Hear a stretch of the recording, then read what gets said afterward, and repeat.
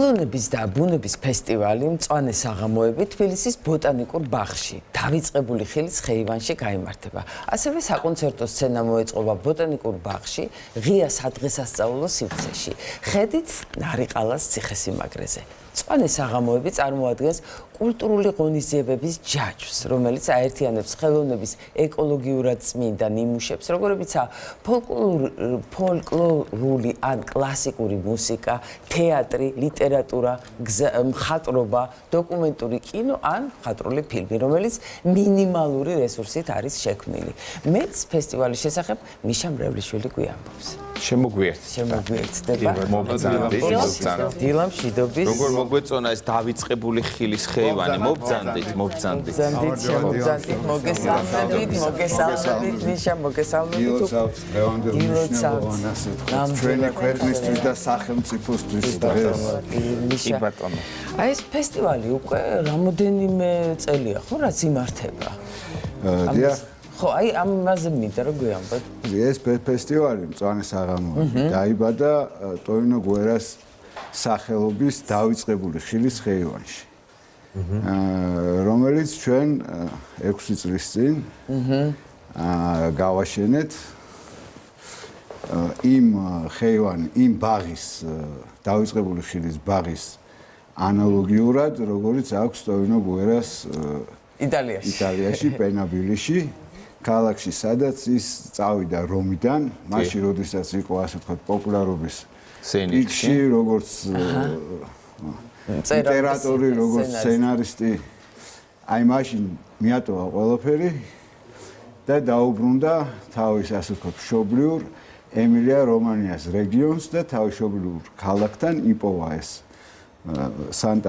სანტარკანჯელოსთან იპოვა ეს პატარა სოფელი და დაიწყო მისი ასე ვთქვათ შექმნა. კულტურულად შემოქმედებითად მოწყობა. ამით რატო დავიწყე ეს მნიშვნელოვანია დღეს და მნიშვნელოვანია ჩვენთვისაც და ჩვენი ფესტივალისთვისაც, რომ თითოეული ჩვენგანი დაუბრუნდეთ ჩვენს ასე ვთქვათ ფესვებს. კი, ნამდვილად. ნანამ წარდგენაში დაახლოებით მოყვა თუ რა იქნება წარმოდგენილი თემატურად, მაგრამ ვიზუალურად როგორ გამოიყურება ეს ყველაფერი? თავად ხეივანი არის ესე ასე ვთქვათ და დარგულია. მე უფრო მაინტერესებს მუსიკა, თეატრი, კინო, კონცერტი, ღონისძიება. ეს ღია სივრცეში რომელიც გაიმართება და რაც გაიმართება, ესენი მაინტერესებს. კინოს როგორ მაჩვენებთ, სპექტაკლს ad ვუყურო, ვინ იმღერებს, ვინ იცეკვებს და ასე შემდეგ. სპექტაკლი წელს არ გვაქვს, ასე ვთქვათ. რაც შეეხება ფილმებს, ნაჩვენები იქნება ეროვნული ბიბლიოთეკის კინოდარბაზში, რომელიც ასე ვთქვათ შარშან უჩვენეთ სახელმწიფო არქივის კინოდარბაზში, რომელიც ძალიან კარგი და საინტერესო დარბაზია და ამ ბოლო წლებში შეიქმნა. ასე ვთქვათ, წელს იქნება იქ, იმიტომ რომ ფილმის ჩვენება თვითონ ესეთი პროცესია რა. კი ბატონო. ამასთანავე შედგება კონცერტები, 2 კონცერტი იქნება წელს წარმოდგენილი. ეს უშუალოდ ბაღში იქნება კონცერტი. ბაღში, იქ არის ფანტასტიკური ადგილი, რომელიც ხედით პირდაპირ უყურებს ნარიყალას და კონცერტი როგორია? ვინ მონაწილეობს კონცერტში? ვისი კონცერტია? წელს იქნება ასე ვთქვათ სიმონე ზანკინი, რომელიც არის უკვე ჩვენი ფესტივალის დიდი ხნის მეგობარი და ერთგვარი მუსიკალური ხელმძღვანელიც. იქნება სარა კალვანელი, სიმონე თვითონ არის ძალიან საინტერესო კომპოზიტორი და მე ვფიქრი რომ არის უნიკალური აკორდეონისტი, ასე ძალიან ძლიერი. კი და თვითონ შეასრულებს, მასთან ერთად იქნება სარა კალვანელი, რომელიც არის მომღერალი და ასევე აკორდეონს ფლობს და მათთან ერთად ქართველი მუსიკოსები. ეს წლების განმავლობაში რაღაცნაირად შეკრული გუნდი არის 3-4 წლის განმავლობაში, გოგონათა გუნდი გუმბათი, რომელიც ეკუთვნის აფხაზეთის სამინისტროს და ეს მნიშვნელოვანია, ფანტასტიკური ბავშვები არიან, ახალგაზრდები. ისინი ნინო ავალიშვილი, ძალიან კარგი ვოკალი და სხვები ქართული ბენდი იქნება, შეასრულებენ ამჯერად იტალიურ, ქართულ და ევროპულ დავიწყებულ ხიტებს ასე ვთქვათ. მოკლედ დავიწყებული თემები ძალიან საინტერესოა. მე არ ვიცი იცი თუ არა შენ უცამ ან ბატონმა გოდაძემ ჩვენთან ხელოვნების სასახლეში ტონინო გუერას ნახატები ორიგინალები ინახება, თუმცა ამაზე ცოტა მოგვიანებით. მე ნამყოფი ვარ ამ სივრცეში, ეს მართლა საოცარი სივრცეა და რაც ყველაზე მეტად მომწონს, მონაწილეები რგავენ ხოლმე ხეებს და აქედან გამომდინარე ეს ხეივანი თუ ეს ბაღი უფრო შთამბეჭდავი და უფრო ლამაზი ხდება. დაგეგმილი არის თუ არა წელს და ამ დარგულ ხეებში ხო არ არის მართლა დავიწყებული ხილის ხეები, რომელიც უკვე ფაქტიურად გასგულის ხო მაგალითად ჭანჭური მაგალითად წონდა. აი მიშა მე რა მაინტერესებს სახელობი ვიღაცის სახელზე იდგმება ეს ირგვება ხეები. როგორ არის ხო? ასე ვთქვათ, თითოეულ სცენარეს ყავს ან თავისი მეურვე ადამიანი, რომელმაც დარგო სხვა ადამიანის სახელზე. აი შენ მაგალითად შეგიძლია ჩემს სახელზე ჭანჭური დარგო. და მოუვარო. თვითონ დარგო შენი ხეები. შენ საკუთარ სახელზე. კი ბატონო. დიახ, გააგზავნეთ ბოდის შეგიშალეთ. თვითონ ვთქვათ, ადამიანი მოღვაწე ან ადამიანის გავს თავისი სახელები. აჰა. ხეს. თავიდან აქ არის უნიკალური კი, მაგითო ვიკითხე. ხო. დიდი მადლობა ამ კითხვისთვის. პირველი 16 ნერგი გვაჩუკა ტოინო გუერას მეუღლემ ლორა გუერამ და ეს არის ის დავიწყებული ხილის ნერგები, რომელიც იქ არის იტალიაში იმ ბაღში დარგული და ეს დიდი სამით იქ რაღაც ბოტანიკოსების ასოციაციის პატრიარქმა გადმოგვცა ასე. ნუ ეს აღიქმება რომ თითქოს რაღაცა ნაწილობრივ ის ბაღი ჩვენთან გადმოვიდა. ხო, იმიტომ რომ ეგზოტიკურები. არა, ვერ მოკრიფავ ხა შენ იქ და არა, მოკრიფაზე არა, მართლა რა ნაყოფს ისხავს, ჩვენ ვიცით ეს ნაყოფი თუ არა? იცით რა, კი, ვიცით, პანტა, მსხალიც არის, ოღონდ ისეთი მსხალია, რომელიც ჩვენთან არ არის და ეგზოტიკურია. ძველი რომელიც ოდესღაც იყო და ეხლა იმიტომ ქვია დავიწყებული და დავიწყებული გემო. მაგრამ ეს თქვათ შეიძლება მიირთვას ადამიანმა თუ უბრალოდ დეკორატიულია და არა ეს ეხლა ნელ-ნელა ნაყოფის მოსხმას უკვე ამენი წლის განმავლობაში მოსავალის მოდის ესე რა თქმა უნდა და ასე ვთქვათ ლორამ მისმა მეუღლემ როცა ჩამოსული იყო აქ და ნახა ეს ბაღი უკვე მას შემდეგ რაც ეს ხეები დავრგეთ თქვა რომ ეხლა ტონინოს ქართულ მეგობრებს და მათ შთამომავლებს შეუძლიათ ისუნთქონ პენაბილური ჰაერით. კი ბატონო. ხო, მიკროკლიმატი ეს თემა რო ამოვწუროთ ხის დარგვის სცენარების სწორედ ჩვენ ენერგია უნდა მოვიტანოთ თუ ჩვენ რომ მოვალ თქვენ დაგვახვედრებთ? არა, ჩვენ ასე ვთქვათ და როდესაც ჩვენ გადავწყვეტ რომ ამის დრო დადგა ივნისიდან 7 ივნისის ჩათვლით.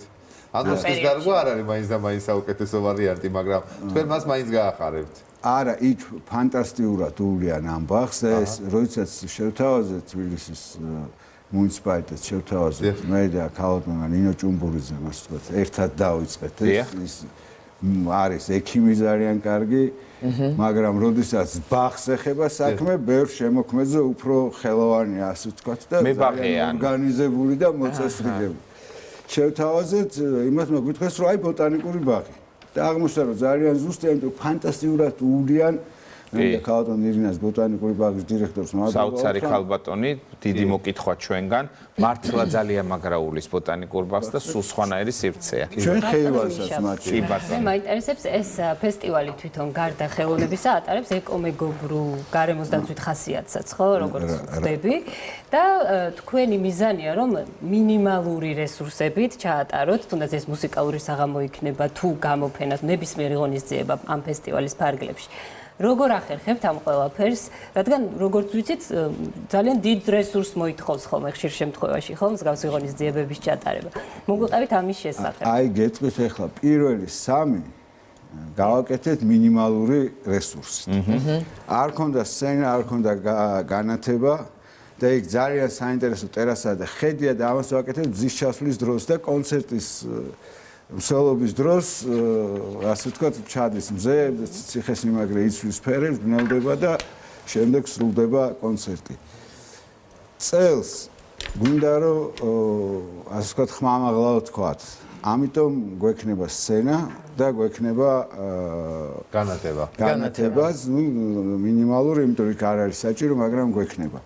ვინაიდან მეორე კონცერტი, რომელიც ესე იგი ერთი იქნება 7-ში დასკვნითი კონცერტი, სადაც ყველა მონაწილე მიიღებს ფესტივალის მონაწილეობას. მეორე კონცერტი არის ასე ვთქვათ, ესეთი მიმართულება, პიციკა, იტალიური ფოლკლორის, რომელიც ფესვებს იღებს ძალიან, ასე ვთქვათ, მე მგონი ჩემი აზრით უკვე ელენური კულტურის პერიოდიდან მოდის, რომლის ასე ვთქვათ, რომელიც არის ტარანტაც აი ამ ფუძეზე დგას, ტარანტელა. და მოგეხსენებათ, რომ ექიმები ტარანტელას უნიშნავდნენ ავადმყოფებს იმისთვის, რომ განეკურნათ. და აი ესეთივე ენერგეტიკა აქვს, დადებითი. ტარანტელას საოცარი მართლა, მაგ შესრულებისას უკვე სხვა ადამიანი ხდება. ხიარული პიციკას. და ვთვლით, რომ თან აი ეს ხმები, რომელიც იქ ჟღერს, სულ მაგონებს რატომღაც დედამიწის ხმასთან არის ასოცირებული, იმდენად ხალასია ჩემთვის. და აი დღეს ესეთი მხიარული კურნება ჩვენ სამყაროს მსოფლიოს ჭირდება, ამიტომ გავაძლიერებთ ამ ხმას. კარგი და ჩვენ არ დაგაცადეთ, ბოლომდე გეპასუხოთ, ხე ჩვენ უნდა მოვიტანოთ ნერგები თუ დაგვახვედროთ. დიახ, მე დავიწყე პასუხი ესე იგი. ხო. ეხლა არ ვიტყვი ვინც სახელობის ხევი დაერგება, დღეს შევინახოთ ეს თან ეს გადის პროცესი, იმიტომ რომ ჩემს კოლეგებთან და თანამოაზრეებთან შევთანხმდი, ამას შემდგომში აუცილებლად. ყოველ შემთხვევაში დანამდვილებით ის ვიცით, რომ ხეები შეემატება. რა თქმა უნდა. ძალიან კარგი. როგორ უნდა მოვიდეთ და დავესწროთ ღონისძიებას? თავისუფალია, როგორც ვიცი, დასწრება. დასწრება თავისუფალია. უბრალოდ ბოტანიკურ ბაღში უნდა შევიდეთ. ხო, კი ბატონო, მაგრამ რაც შეეხება კონცერტებს, იქ უკვე საფასური აქვს. და სად შეიძლება ეს ბილეთები შევიძინოთ? ბილეთები ჯიზე თუ ტიკეტ ჯიზე? ტიკეტ ჯიზე და იგი გაჩნდება ბილეთები ჯიზეც. ტიკეტ ჯიზე უკვე არის. აქ შედის ბოტანიკური ბაღის საფასურიც, ბილეთის. შეგიძლიათ, ასე ვთქვათ, შეუძლიათ მოგზავნდნენ და ათვალიერონ ბოტანიკური ბაღი, შემდეგ ამოვიდნენ იმ ადგილას და ისიამოვნონ ამ კონცერტს. თქვენ სულ ყველას გელოდებით. კი ბატონო, 4 ივნისი ხდება და 7 ივნისის ჩათვლით გაიმართება პროგრამაში წერია და დრომა საათზე, ანუ გავიგე რომ მანამდე ბოტანიკური ბაღი დავათვალიეროთ, მაგრამ ვინც ბევრჯერ ვარ დამყოფით და ვიცით პირდაპირ კონცერტზე რომელ საათზე მოვიდეთ. კონცერტზე მოგზავნით 8 საათზე დაიწყება. საღამოს 8 საათზე დაიწყება, ეს არის ძის ჩასვლის დრო, 9:30-ისთვის ის უკვე ჩასულია და ასე ვთქვათ. ნარიყალას ფონზე შეგვიძლია საოცარ მუსიკას მოусმინოთ. ხელოვნების და ბუნების ერთად. დიდი მადლობა. საოცარი მუსიკა იქნება წელს დაგელოდებით. მაგას ძალიან დიდი მნიშვნელობა აქვს მუსიკა, რაც განწყობას თავისთავად ქმნის და კარგი მუსიკა, კარგი. მოკლედ წარმატებები ვუსურვოთ ორგანიზატორებს, წარმატებები ვუსურვოთ მწვანე საღამოებს, სულ 3 საღამო იქნება, ამიტომ თუ 3-ვე საღამოზე არა, ერთზე მაინც აუცილებლად არ გაუშვათ შანსი ხელიდან, დარწმუნებული ვარ, რომ თუნდაც გარემო მუსიკა მზის ჩასვლა და კარგი სურნელი, ბაღის სურნელი სასიამოვნო განწყობა შეგექმნით. ძალიან დიდი მადლობა, თქვენ წარმატებები უნდა გისურვოთ. წარმატებებს გისურვებ.